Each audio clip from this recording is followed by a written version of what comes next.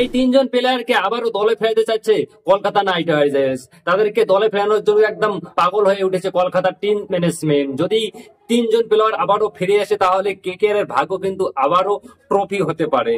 একদিকে যখন ভেঙ্কটেশ আইয়ার বিপুল দামে কিনে ব্যক্ত হয়েছে কেকেআর, অপরদিকে এই তিনজন প্লেয়ার যাদেরকে কেকেআর ছেড়েছে তারা কিন্তু দুর্দান্ত পারফরমেন্স করেছে আইপিএল 2025-এ।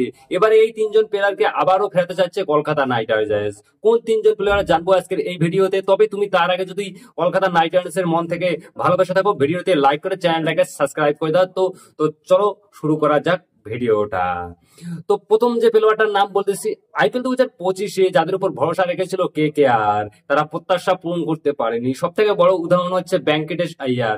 23.75 কোটি টাকা তাকে দলে নেওয়া হয় তাকে, কিন্তু পারফরমেন্স 75 লাখ টাকারও নেই। অনেকেই বলেছে যে এত দামে না কিনে তাকে তো 12 থেকে 14 কোটি টাকা দিয়ে রিটেন করতে পারতো, কিন্তু এই ভুল থেকে শিক্ষা নিয়েছে কেকেআর। তাই বড়সড় বদল আনতে চলেছে এবারের দলে, এবং তার জায়গায় এই তিনজন প্রাক্তন নায়ককে আবারও দলে ফেরাতে চাইছে কেকেআর। প্রথম যে প্লেয়ারের নাম বলবো তো সেটা হচ্ছে ফিলিপ সল্ট। হ্যাঁ, নামটা শুনে হয়তো তুমি অবাক হয়ে যাচ্ছ যে ফিলিপ সল্ট আবার কিভাবে ফিরে আসতে পারে দলে। ভিডিওটা সম্পূর্ণ দেখুন, তুমি জানতে পারবা।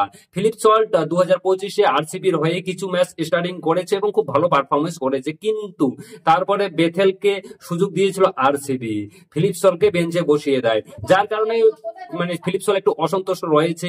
এর ফলে আরসিবি যদি তাকে ড্রপ করে তাহলে কিন্তু কলকাতা তাকে টার্গেট করবে অবশ্যই। তাই প্রথম নাম হচ্ছে ফিলিপ সল্ট, কারণ কেকেআর তাকে ছেড়ে যে আফসোসটা করতেছে সেটা আমরা ফ্যানরা ভালোভাবে বুঝে গিয়েছি। আর 2 নম্বরে প্লেয়ারের কথা বলতেছি যে 2 নম্বরে ভাই মিচেল স্টার্ককে ছেড়ে কেকেআর এমনও ভুল করেছে যা বলার কথা না। তো আমরা এবার এবছর দেখেছি যে আমাদের পেশারের যে কমিটা ছিল সেটা কিন্তু একদম পুরা ছিল, হর্ষিত রানের সঙ্গে একদম কাভার করার মতন কেউ ছিল না। তো ভাই মিচেল স্টার্ককে যদি দিল্লি কোনো কারণ বিশেষে ছাড়ে তো ভাই কেকেআর কিন্তু তৈরি হয়ে আছে মিচেল স্টার্ককে নেওয়ার জন্য, একদম তৈরি। আর তোমাদের তোমাদের কি মনে হয় যে দিল্লি কি ছাড়বে যে মিচেল স্টার্ককে তো ভাই যে কোনো মূল্যে কিনে যাবে। আর তৃতীয় নম্বর প্লেয়ার হচ্ছে ভাই বোম্বাই ইন্ডিয়ান্স যদি ট্রেন্ট বোল্টকে ছেড়ে দেয় তাহলে কিন্তু কলকাতা একদম তৈরি হয়ে আছে ট্রেন্ট বোল্টকে কেনার জন্য। তার কারণ ভাই কলকাতা একটা ফাস্ট বলার খুবই দরকার। তার কারণ দিল্লি যদি মিচেল স্টার্ককে না ছাড়ে আর বোম্বাই ইন্ডিয়ান্স যদি ট্রেন্ট বোল্টকে ছেড়ে দেয় তাহলে কিন্তু কেকেআর ট্রেন্ট বোল্টকে নিতে পারে। তার কারণ একজন কেকেআর এর ফাস্ট বলারের খুবই দরকার।